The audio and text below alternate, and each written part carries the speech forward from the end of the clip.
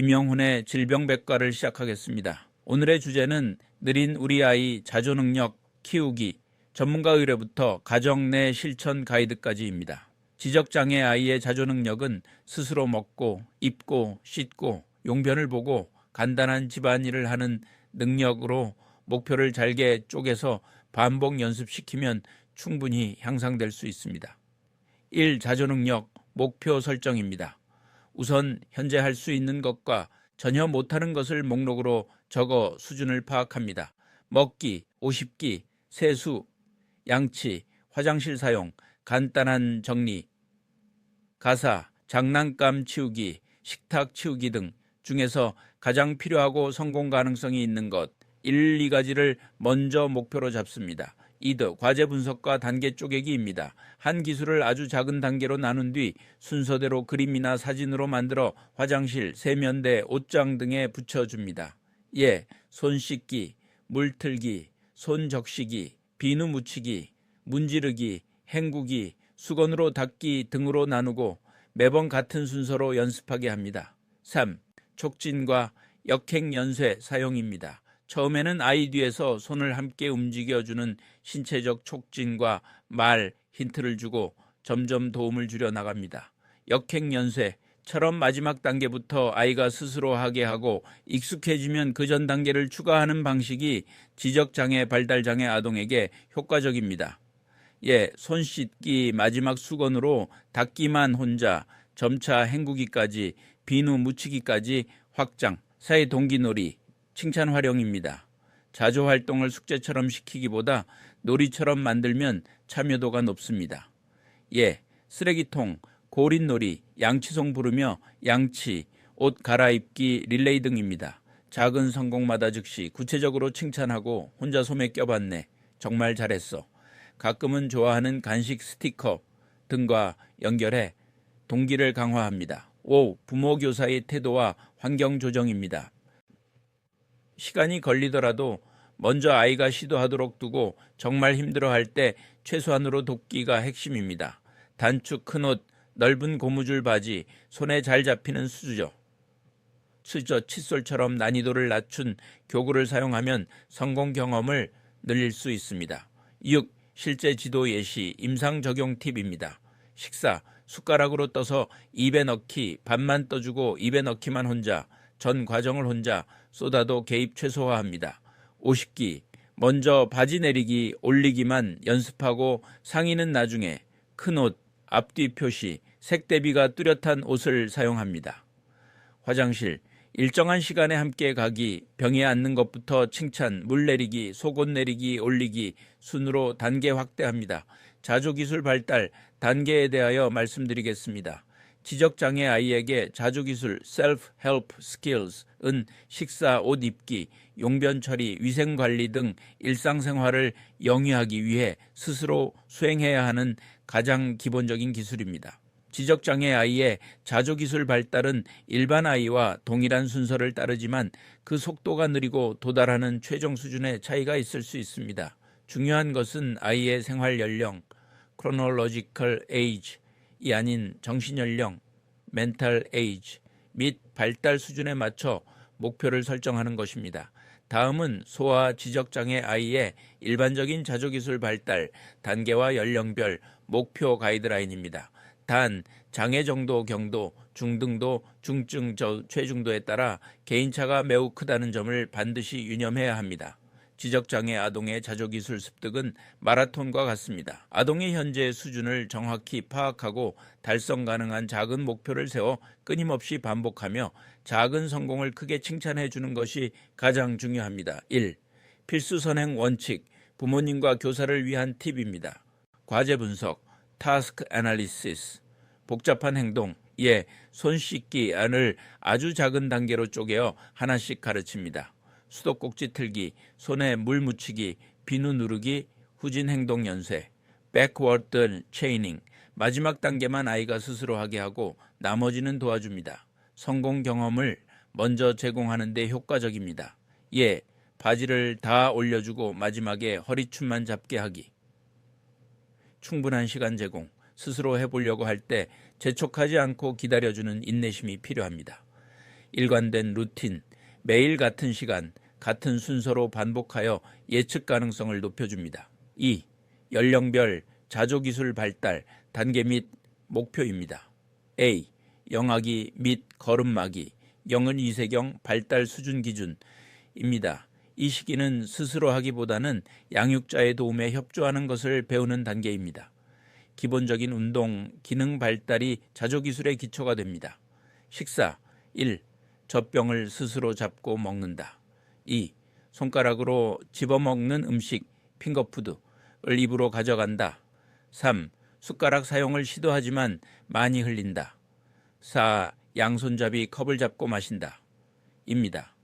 옷 입기, 벗기 1. 옷을 입힐 때 팔다리를 뻗거나 움직여 협조한다.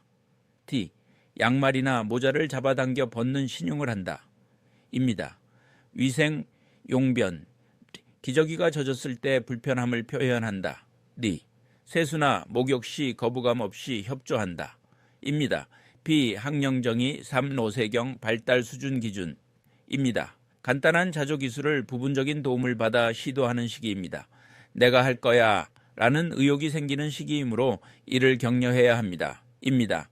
식사 1. 숟가락과 포크를 사용하여 흘리며 먹는다. 2. 흘리지 않고 컵으로 물을 마신다. 3. 간단한 간식 바나나 껍질 까기 도움 필요를 준비하려 시도한다. 입니다. 옷 입기 벗기 1. 도움을 받아 고무줄 바지를 내린다. 올리기보다 내리기가 먼저 발달. 2. 큰 단추나 벨크로 찍찍이를 조작하려 시도한다. 3. 앞뒤 구분이 쉬운 티셔츠를 입으려 시도한다입니다. 위생 용변 일정한 시간에 변기에 앉는 연습을 한다. 지적장애 아이는 시작 시기가 늦어질 수 있음. 1. 도움을 받아 손을 씻고 수건으로 닦는다. 2. 치카치카 흉내를 내고 마무리는 양육자가 해준다입니다. C. 학령기 잉율미세경 발달 수준 기준입니다. 기본적인 기술을 정교화하고 습관화하는 단계입니다. 장애 정도에 따라 자립의 수준이 크게 갈리는 시기입니다. 식사 1. 도구 숟가락, 젓가락 또는 교정용 젓가락을 바르게 사용한다. 2. 빵에 잼 바르기, 우유 따르기 등 간단한 식사 준비를 보조한다. 3. 식사 후 자기 그릇을 싱크대에 둔다. 입니다. 옷 입기 벗기 1. 날씨에 맞는 옷을 선택하도록 지도받는다. 2. 고무줄 바지를 스스로 입고 벗는다. 3. 지퍼 올리기, 단추 끼우기 등을 연습한다. 신발끈 묶기는 소근육 발달에 따라 어려울 수 있음입니다. 위생 용변 뒤처리를 포함하여 독립적인 용변 해결을 목표로 하되 뒤처리는 오랜 지도가 필요할 수 있다. 릴러 양치질 순서를 익혀 스스로 닦는다. 여전히 점검 필요. D. 샤워나 목욕 시 비누칠하고 헹구는 순서를 익힌다. 시각적 스케줄표 활용 도움입니다. D. 청소년기 및 전황이 13세 이상 발달 수준 기준입니다. 가정 내 자립을 넘어 사회적 자립 준비 및 2차 성징에 따른 위생 관리가 중요한 단계입니다. 개인 위생, 성교육 연계 1. 여아 월경 처리 방법을 익히고 스스로 관리한다.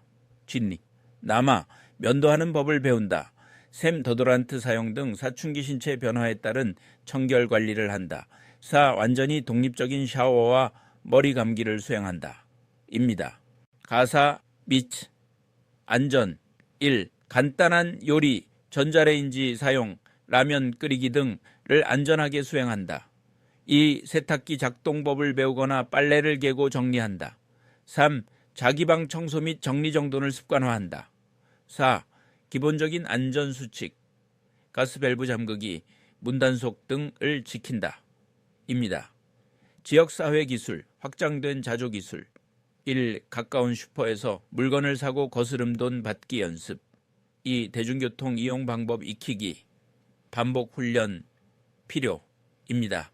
자조능력 과제 10가지에 대하여 말씀드리겠습니다. 소아지적장애 아이가 가정에서 쉽게 실천할 수 있는 자조능력 과제 10가지를 제안합니다. 이 과제들은 아이의 발달 수준에 맞춰 난이도를 조절하고 작은 단계로 나누어 반복적으로 연습하는 것이 중요합니다. 부모님은 인내심을 가지고 격려하며 작은 성공에도 칭찬을 아끼지 않아야 합니다. 숟가락으로 음식 먹기. 처음에는 숟가락에 음식을 담아주고 아동이 입으로 가져가는 것부터 연습합니다. 점차 스스로 음식을 퍼서 먹도록 유도합니다. 흘리는 것에 대해 지나치게 지적하지 않고 성공적인 경험을 늘려주는 것이 좋습니다. 컵으로 물 마시기. 양손잡이 컵이나 빨대컵을 사용하여 흘리지 않고 물을 마시는 연습을 합니다. 익숙해지면 한 손으로 컵을 잡고 마시도록 단계적으로 지도합니다. 옷 입고 벗기 보조하기. 옷을 입히거나 벗길 때 아동이 팔다리를 뻗거나 움직여 협조하도록 유도합니다. 예를 들어 팔 넣어볼까? 하고 말하며 아동이 스스로 팔을 끼우도록 기다려줍니다. 양말 신고 벗기. 발가락 부분만 끼워주고 나머지는 아동이 잡아당겨 신도록 하거나 반대로 뒤꿈치까지 벗겨주고 아이가 마무리를 하도록 하는 등 부분적인 도움을 제공하며 연습합니다. 신발 신고 벗기. 찍찍이, 벨크로가 있는 신발을 활용하여 스스로 신고 벗는 연습을 합니다. 신발을 신을 때 발을 넣는 동작과 찍찍이를 붙이는 동작을 나누어 가르칠 수 있습니다.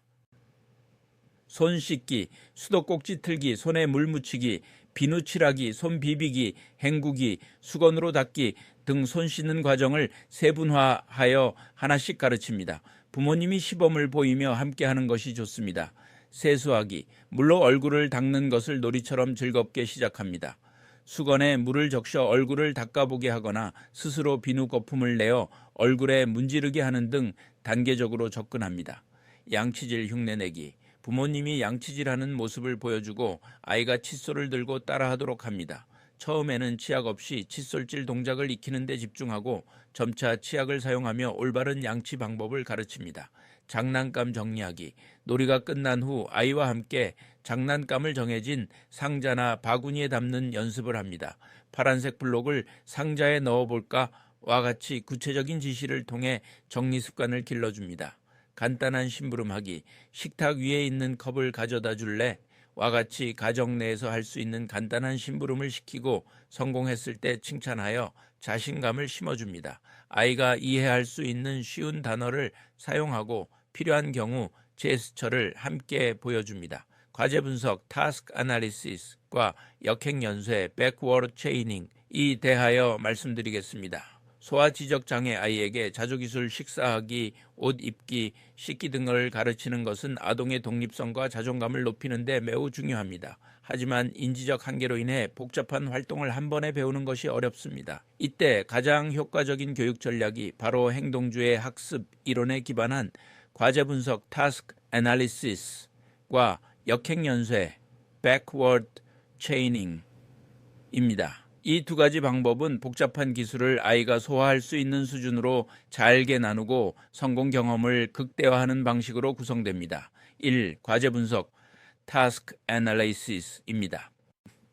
정의, 과제 분석이란 복잡해 보이는 하나의 활동, 과제를 수행하기 위해 필요한 작고 구체적인 하위 단계들로 순서대로 잘게 쪼개는 과정을 말합니다. 왜 필요한가? 지적장애 아이는 손 씻고 와 라는 지시를 들었을 때 이를 수행하기 위해 필요한 여러 단계를 머릿속으로 계획하고 순서대로 실행하는 데 어려움을 겪습니다. 과제 분석은 이 복잡한 과정을 아동이 이해하고 따라할 수 있는 단순한 동작의 연속으로 만들어줍니다. 관찰 및 직접 수행, 교사나 부모가 해당 행동을 직접 해보거나 다른 사람이 하는 것을 관찰하며 모든 세부 동작을 기록합니다. 아이 수준 고려, 아이의 현재 인지 및 신체 능력에 맞춰 단계의 크기를 조절합니다. 더 잘게 쪼갤수록 배우기 쉽습니다. 구체적 행동 기술, 각 단계는 관찰 가능하고 측정 가능한 행동으로 기술해야 합니다. 예, 깨끗이 씻는다. X, 비누 거품을 물로 3초간 헹군다. 5. 예시, 손 씻기. 과제 분석 1. 수도꼭지 앞으로 간다. 2. 소매를 걷어 올린다. 3. 수도꼭지를 튼다. 4. 양손에 물을 적신다. 5. 비누를 집어든다. 6. 양손으로 비누를 선번 문지른다. 7. 비누를 제자리에 놓는다. 8. 양손을 비벼 거품을 낸다. 손바닥, 손등. 9. 흐르는 물에 손을 헹군다. 10. 수도꼭지를 잠근다. 1. 수건을 집어든다. 12. 양손에 물기를 닦는다입니다. 이 역행연쇄, backward chaining입니다. A. 역행연쇄란 무엇인가? 입니다. 정의. 역행연쇄는 행동, 연쇄, 체이닝, 기법 중 하나로 과제 분석된 단계들을 가르칠 때 가장 마지막 단계부터 거꾸로 가르치는 방법입니다. 진행 방식. 교사 부모가 첫 단계부터 마지막 바로 앞 단계까지 모든 과정을 도와주며 수행합니다. 그리고 아이는 가장 마지막 단계만 스스로 수행하게 합니다. 마지막 단계를 성공하면 즉시 칭찬 강화해 줍니다. 마지막 단계가 숙달되면 마지막 전 단계와 마지막 단계를 아이가 하도록 가르칩니다. 왜 효과적인가? 장점 1. 소아 지적장애 아동에게 역행연쇄는 매우 강력한 동기부여가 됩니다. 2. 즉각적인 성공 경험. 아이는 아주 작은 노력, 마지막 한 단계 수행 만으로도 과제의 완성이라는 결과를 즉시 맛볼 수 있습니다. 내가 해냈다는 성취감을 가장 빠르게 느낄 수 있습니다. 3. 좌절감 감소. 처음부터 어려운 단계를 수행하느라 진을 빼지 않아도 됩니다. 4. 자연스러운 강화. 마지막 단계를 마치는 순간 과제가 완료되므로 바지를 다 입음 손이 깨끗해짐. 그 결과 자체가 자연스러운 보상이 됩니다. 예시 바지 입기. 역행연쇄 적용입니다. 먼저 바지 입기를 과제 분석합니다. 1. 바지 앞뒤 구분하기. 2. 바지 허리춤 잡기. 3. 한쪽 다리 넣기. 4. 다른 쪽 다리 넣기. 5. 바지를 무릎까지 올리기. 6. 바지를 허리까지 끌어올리기. 최종 단계입니다. 1단계 도입. 부모가 1번부터 5번까지 바지를 무릎까지 올려주는 것까지 다 해줍니다. 아동에게는 6번 무릎에 걸친 바지를 허리춤 잡고 올리기만 시킵니다. 1. 아이 행동 0차 하고 바지를 올림. 과제 완성. 2호 반응. 와, 우리 5호가 바지를 다 입었네. 정말 잘했다. 즉각적이고 큰 칭찬입니다. 2단계 확장.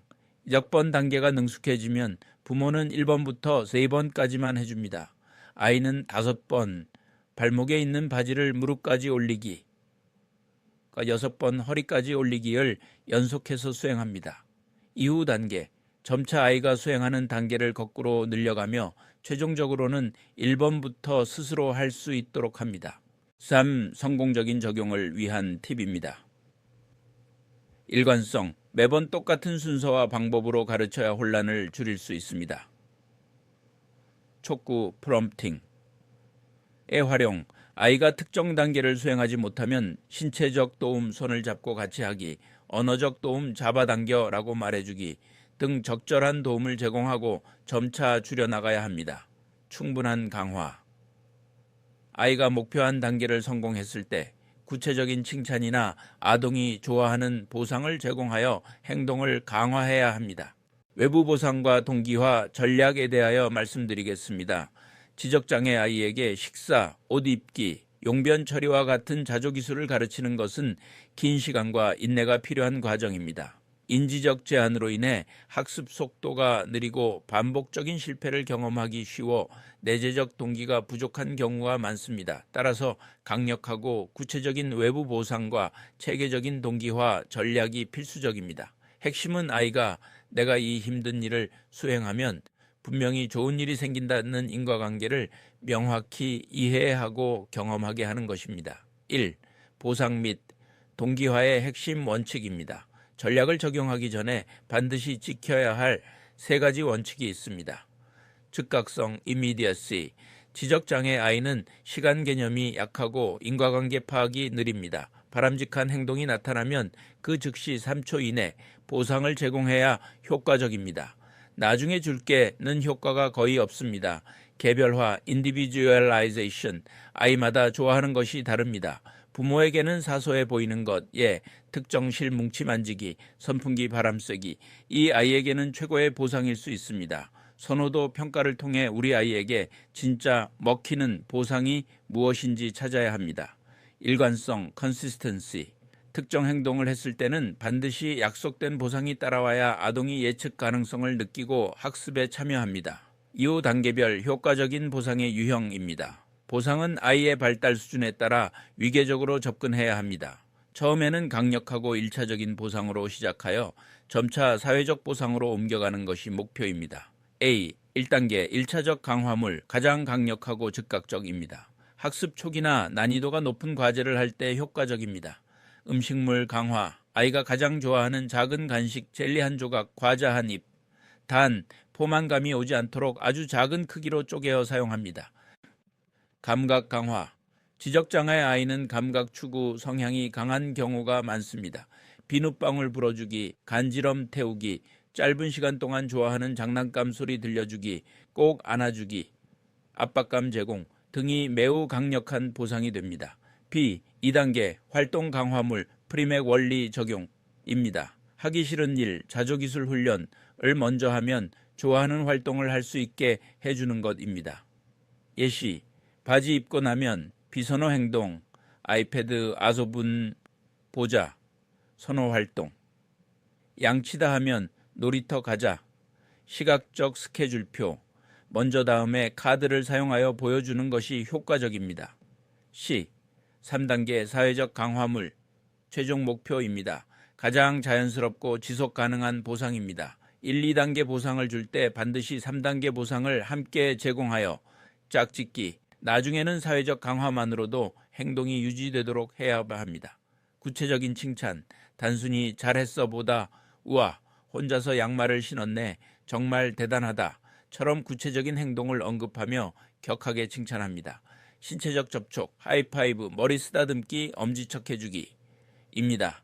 3. 구체적인 동기화 전략 시스템입니다. 단순히 보상을 주는 것을 넘어 학습 과정을 구조화하여 동기를 유발하는 전략입니다. A. 토큰 경제 시스템, 스티커판입니다. 눈에 보이는 보상을 좋아하는 지적장애 아이에게 매우 효과적입니다. 방법, 목표 행동, 옷 입기 시도를 할 때마다 스티커나 토큰을 줍니다. 일정 개수 처음에는 3면 5개로 적게 시작을 모으면 아동이 원하는 큰 보상 활동, 강화물이나 장난감 등과 교환해 줍니다.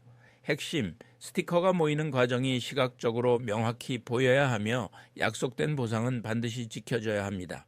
B. 행동 조형, 쉐이핑, 점진적 보상입니다. 완벽한 성공만을 기다리면 아동은 영원히 보상을 못 받을 수도 있습니다. 목표 행동에 가까워지는 작은 시도들을 즉시 강화해야 합니다. 혼자 바지 입기입니다. 처음에는 바지를 잡기만 해도 폭풍 칭찬과 간식 제공합니다. 그 다음엔 한쪽 발을 넣는 시도를 하면 보상합니다. 그 다음엔 무릎까지 올리면 보상합니다. 이처럼 기준을 조금씩 높여가며 최종 목표에 도달하게 합니다. C. 역행연쇄, 백워드 체이닝을 통한 성취감 부여입니다. 자조기술의 마지막 단계를 아이가 수행하게 하여 성공의 경험 자체를 보상으로 만드는 전략입니다. 방법, 바지 입기의 경우 부모가 다 입혀주고 마지막에 허리춤을 잡고 올리는 것만 아이가 하게 합니다. 와, 오어이가 다 입었네 라고 즉시 칭찬합니다.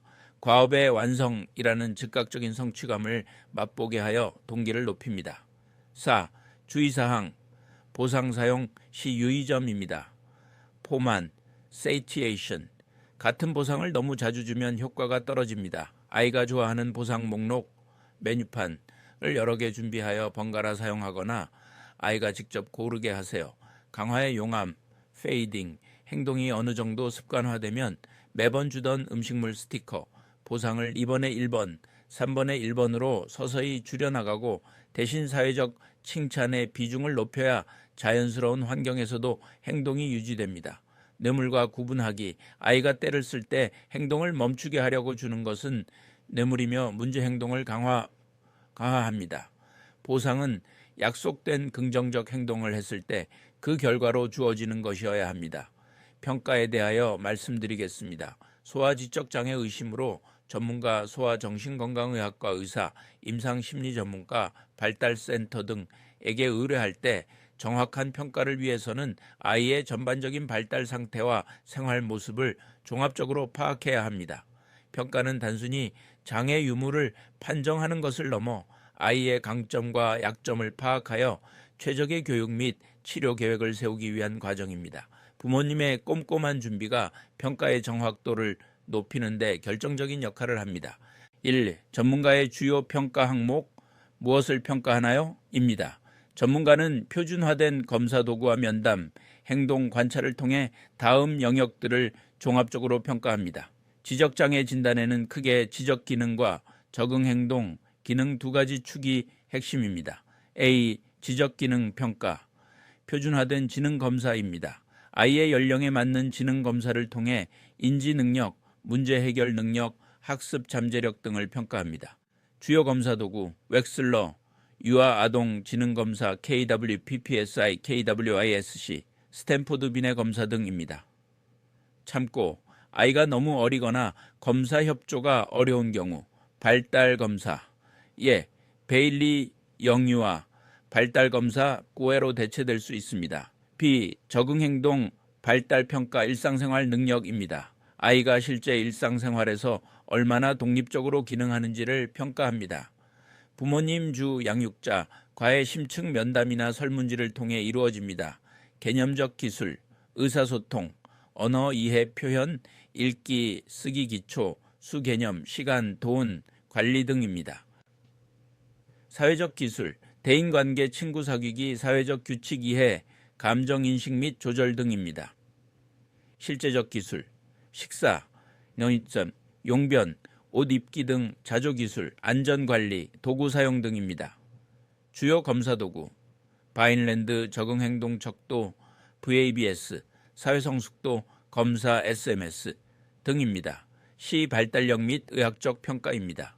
발달력 청취, 임신 및 출산 과정, 초기 발달 이정표, 목 가누기, 옹가리, 첫걸음마, 시기 등, 도달 시기 등을 상세히 확인합니다. 신체 및 신경학적 평가, 시력, 청력 문제 유무, 뇌전증 경기, 이력, 유전질환 가능성 등을 의사와 상담합니다.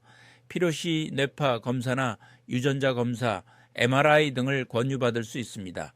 D. 정서 및 행동 평가입니다.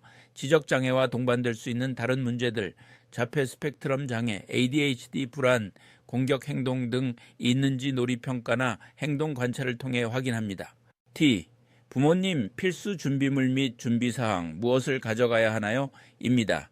정해진 시간 내에 아이에 대한 많은 정보를 전달해야 하므로 관련 기록을 체계적으로 정리해 가는 것이 매우 중요합니다. A. 아이 발달 관련 기록 가장 중요입니다.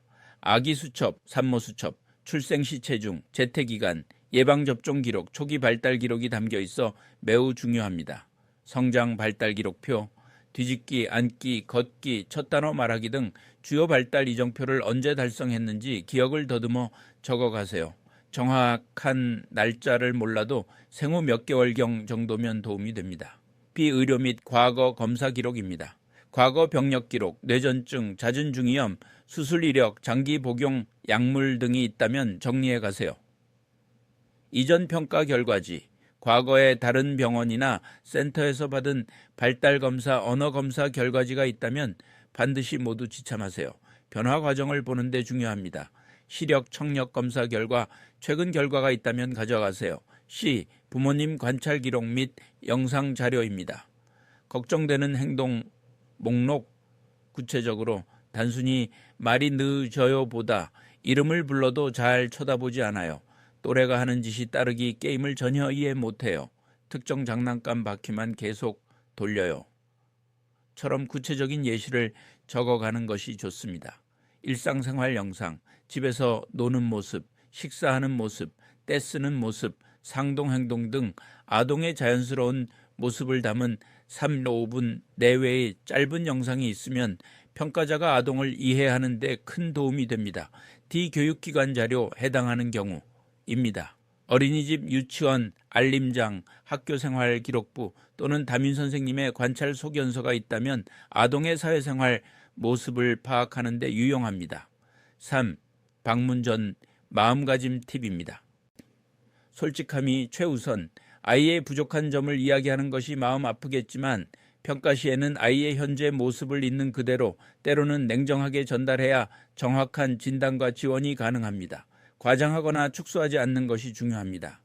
질문 리스트 작성, 전문가에게 꼭 물어보고 싶은 내용에 향후 예후, 당장 가정에서 해줄 수 있는 것, 진학 문제 등을 미리 수첩에 적어가세요. 막상 진료실에 들어가면 긴장해서 잊어버리기 쉽습니다.